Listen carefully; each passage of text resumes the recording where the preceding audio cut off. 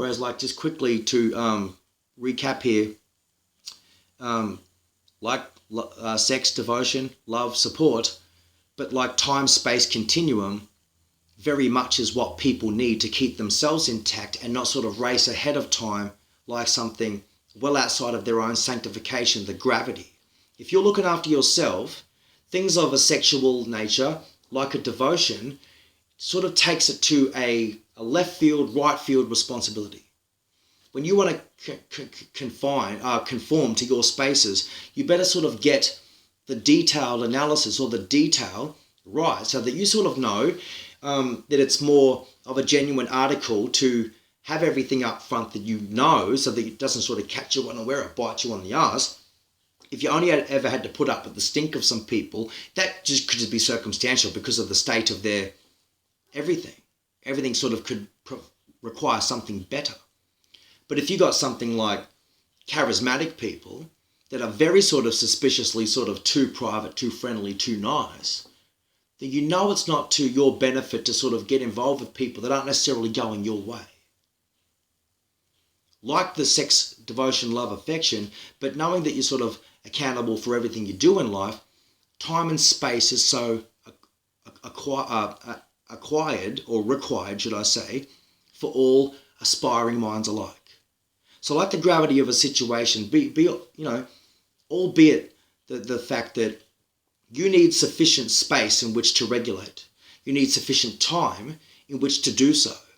Like breathing space, but like the ability in which to sort of bring yourself back at parity, like to the gravity of a situation. You might be too fast and wild because the world sort of made you that way. You might have had extensive work commitments and job descriptions that meant that you're wearing all the muck on you and there's nothing you can do because you're not even a premier, you're not even anyone with access to this. It's really unfortunate. Law of attraction, though, in opposed to law of gravity, I'm so excited to want to continue this in the future because, of course, I looked at it in a sad case of reality. We're looking at it through the eyes of somebody else, like an independent review. And so, in short, we are sort of like, we are selling an instilled image of ourselves. And I talked about the condition of imprint. The condition of imprint sifted off weight. Say sifted off the weight. You're carrying the pushed up back-to-back attributes that are late on this scene. It's one thing to foresee things, but the scene is sort of like where, like, no, I'm not talking about scenic route or scenery or something, but scene where it becomes almost like that in which you formulate for yourself, like setting the bar or so that space is able to be achieved through making sure that you've got the right elevation, making sure you've got the right priorities. Perspective is different to prospectus because prospective, for example, is like having the right kind of one. Perspective is like being able to provide one. Provision is different to that of, let's say, creation. If we understand creation and conscious, then that's like all of our five senses in one. Creation and conscious provide the five senses, 2 for 5. It's like that with a pair of chopsticks, in opposed to holding on to things, the right to bear arms, but sort of think about that. You see what I mean? We don't want to provide as much as provisions ought to be met, or it just might be a provision.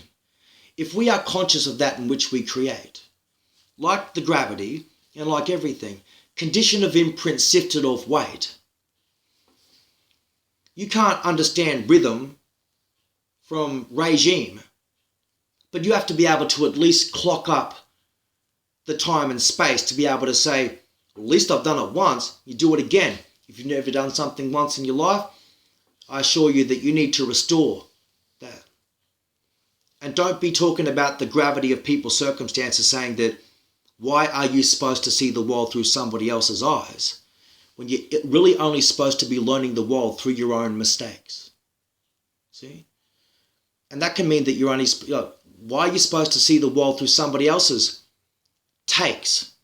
Take 35, relive to be a schoolboy again, relive the script and unearth a script that was thought or put into the freezer and relived to sort of make another box office hit so that somebody can feel like a schoolboy or someone emulate or achieve their character, the moral agency in which to build it or achieve it, in opposed to the conventional methodology that saw it stay the time capsule, the time signature.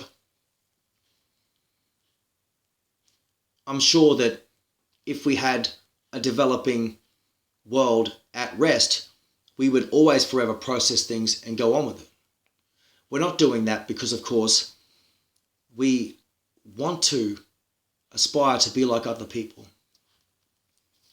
To see the world through a weird and very strange and very detrimental reality is not ideal. And the realist is no better than the idealist. You have to sort of have a sound judgment about everything you do. You don't want to accept anything people have. At the same time, when you limit the amount of obstacles and things in your world, you're not really giving up your cares and your attentions. But in order to have that, you've sort of got to be careful and attentive to what you do. Otherwise, it's just too much attention to detail, and the devil is in the detail. Once you very much fail to, when you fail to learn, saying that you have a right to learn, you've really got to work hard at it and very much be educated, like clocking up the times you've done it before. Say you've done it once, says to anybody in the past that I can weigh up the character assessment of that in opposed to the moral agency in which brought about the idea. There's nothing more frozen in time than the seconds on the wall or seconds on the clock. So everything sort of happened before. Preservation is very much at the core of life, and life will give you what you assume would be the moral agency in which to build character. So you don't see death as an option, passing on the pain. Even whilst you heal, you know that a broken leg is better than ever having to see the grave or never see your loved ones. It doesn't even look nice to talk about gravity in opposed to attraction. Some people are looking for answers and breakthroughs like the world won't allow them because the law just simply won't. I tell you that disorderly behavior and disorderly conduct of our world in both cynic and in both state and church is a lot different than those conditions that we assess and treat, like sicknesses, illnesses, and even syndromes, or illnesses. Disorderly might just mean a temporary thing. How you treat people relates to the environment and the stresses. So like time and space, be careful whether or not you accept someone as, able to conduct themselves and live a productive life. We see it with every walk and talk in human being the world over because they aspire to do so. It's not to inspire you, but like aspirations, we want to get our calculations right, like our need in which to do so, limiting the amount of infringements and the amount of indications that sort of see us provide diversion clinics or surveillance hubs that divert their interest or have a war cry, battle cry, SOS thing going. It's how we get it called. We get it called to do so when we think we're helping people, and like they could end up being sort of like the wolf in sheep's clothing, surrounded by, many a faction. Factions tend to live within factions, and that's what it's like when it sort of jumps up and bites you. Artificial insemination can be seen like that in the way in which people fuse your thoughts. You think about seminar, but insemination. So I'm going to finish this here. Gravity in opposed to attraction. Artificial insemination just might seem like something of conception, birth, whatever. But like flimsy flus is, got the flu's the flu. You can't put up with it. People get in your face, it's bad. But insemination, like saying poor, inapt regulatory standards of cultural, diplomatic pardon and privilege is enough to say that there's a compromised immune system and it can be cheap, degrading and personal in the way in which they need you 24/7, but yet they don't pay you and they steal you. They steal from you. They don't provide anything. If you're not creating, it's a difference, because you want to make things happen, not create things. That's what makes the heart and soul right, and that's the gravity of our physical conductivity on all counts, 2 feet and a heartbeat.